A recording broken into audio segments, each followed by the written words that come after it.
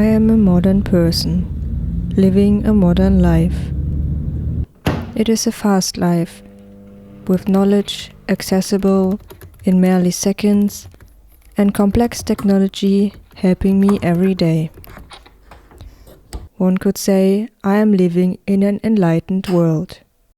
As with electricity, we don't have to rely on fire or the sun as the only light sources, or spend a lot of time preparing our food every day.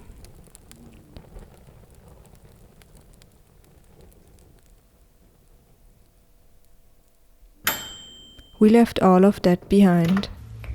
But is that really true? Are we really that different today?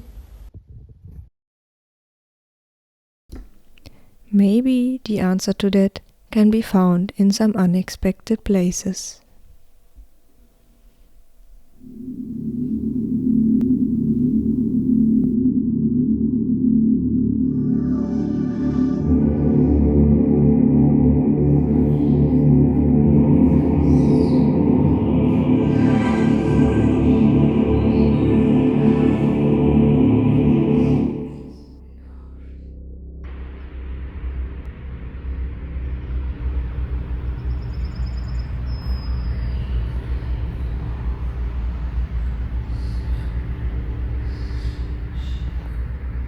Green and brown colors below, ever-changing hues of grayish blue above.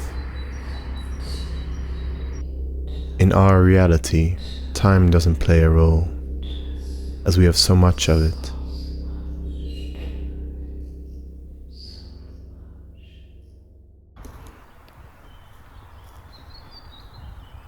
A pile of old stones on a small clearing. It is a quiet place, a bit hidden in the landscape. Yet it is quite easy to find if you follow such a sign. And especially if the weather is nice, you won't be alone for very long, as a lot of visitors come to see the Hunebedden that can be found all around the northern regions. But what is so special about these boulders? I decided to go on a little journey and take a closer look.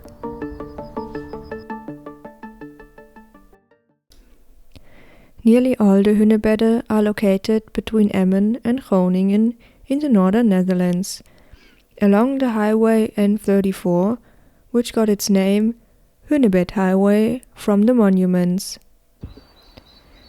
The biggest of these Hunebedden can be found and visited in Bocher. There, visitors can learn everything about the history around the monument and its builders inside the Hunebed-Centrum. It is worth the visit for young and old, as you are able to imagine what life during earlier times might have felt like.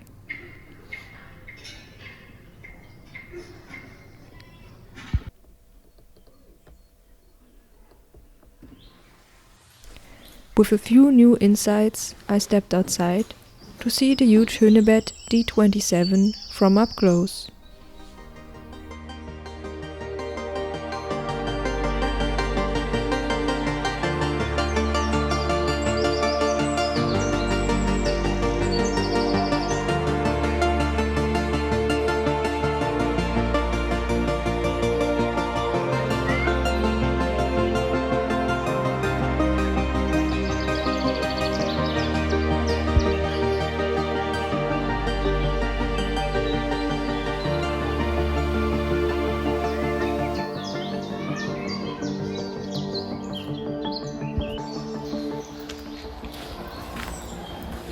D27 is a so-called passage grave, which means that it has an elongated shape and a separate entrance at one of the long sides, in this case at the south.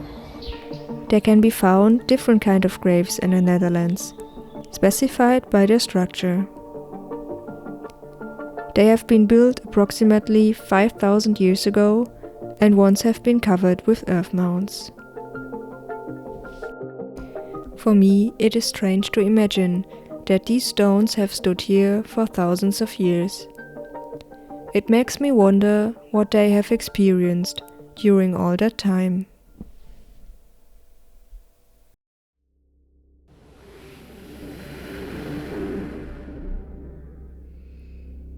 We have witnessed the world around us transform, at times with lush green, then less,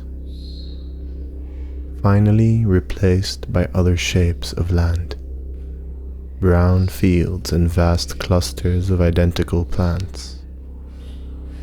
And as time moved on, so did the land, stirred by motion, even though less animals seemed to live here. Huts arose, then houses. Then long grey ribbons of stone and tar cut the landscape into pieces. And recently, the world has become inhabited by lifeless yet moving metal boxes and automatons.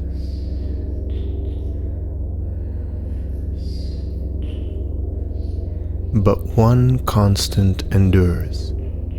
Below, the cold and steady ground. Above, the skies, sometimes with rain, sometimes snow, sometimes storm or warm sun.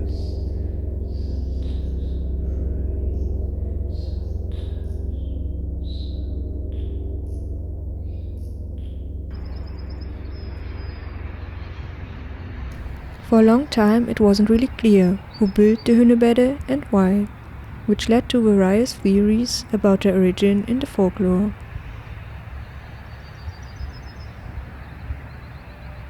The Dutch name Hunebed itself is a good example for that. While the English term is dolmen or megalithic grave, referring to the large stones used in their construction, the word Hunebed derives from the words for giant and bed, implying that at some point in history, people must have imagined that giants built and used these structures. This belief was based on the common misconception that people in earlier times couldn't have moved such large boulders without modern technology, which is clearly wrong and fortunately has been disproven by science today. Some of the Hunebedden are still known by their specific names, such as Steenbergen and the Papelose Kerk, but most are listed only under cryptic numbers. The numbering system was established by the Dutch scientist Van Griffen. He assigned every Hunebedden number, counting from north to south, and a letter that indicates the region of its location.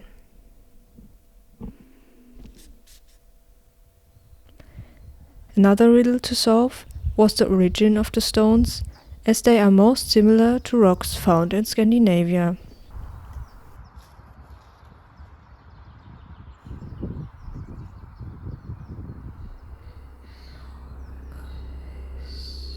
In our early days, another color dominated the scene. We can still remember it, the beginning, when there was only white, and we traveled from the far north together with the eternal ice. And when the ice retreated, they came. Those who call themselves human. They tried to shape us, to sculpt us, bringing us together, stacked up high. And ever since we have stood and watched.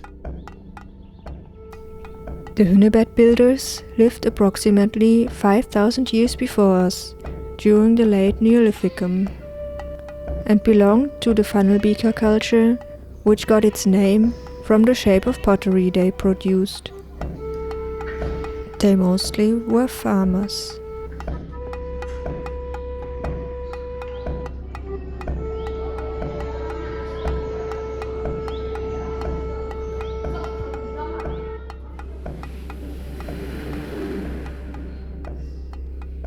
In the early days, they came often to pay us a visit.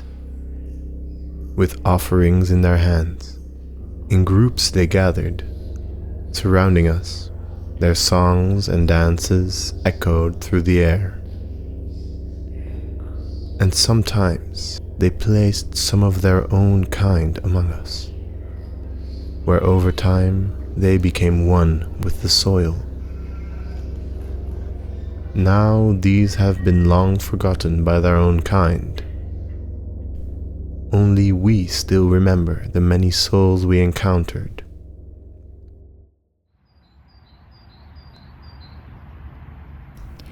Standing here, I can't help but think of all the people who have visited this place throughout the centuries. There's something magical and deeply grounding about walking the same earth as so many humans before me. The stones feel like a connection across time, holding memories like shadows of the past.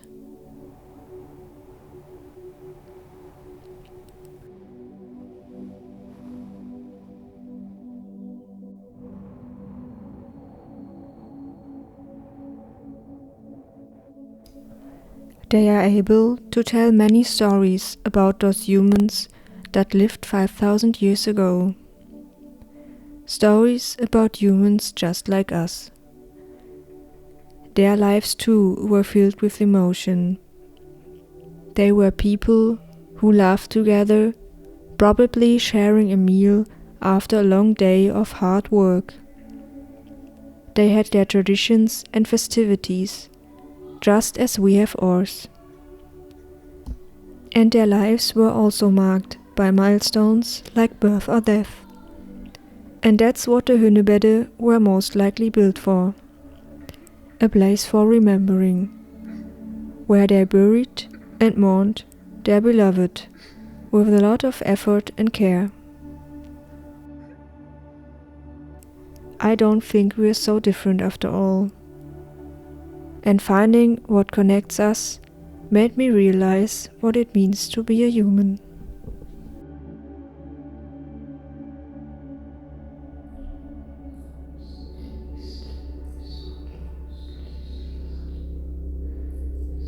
In these days, we mostly slumber. The singing and dancing is gone, but sometimes one still comes. And now and then a warm hand brushes past our surfaces, a faint trace of the old connection to those humans. And whatever happens, we will continue to watch.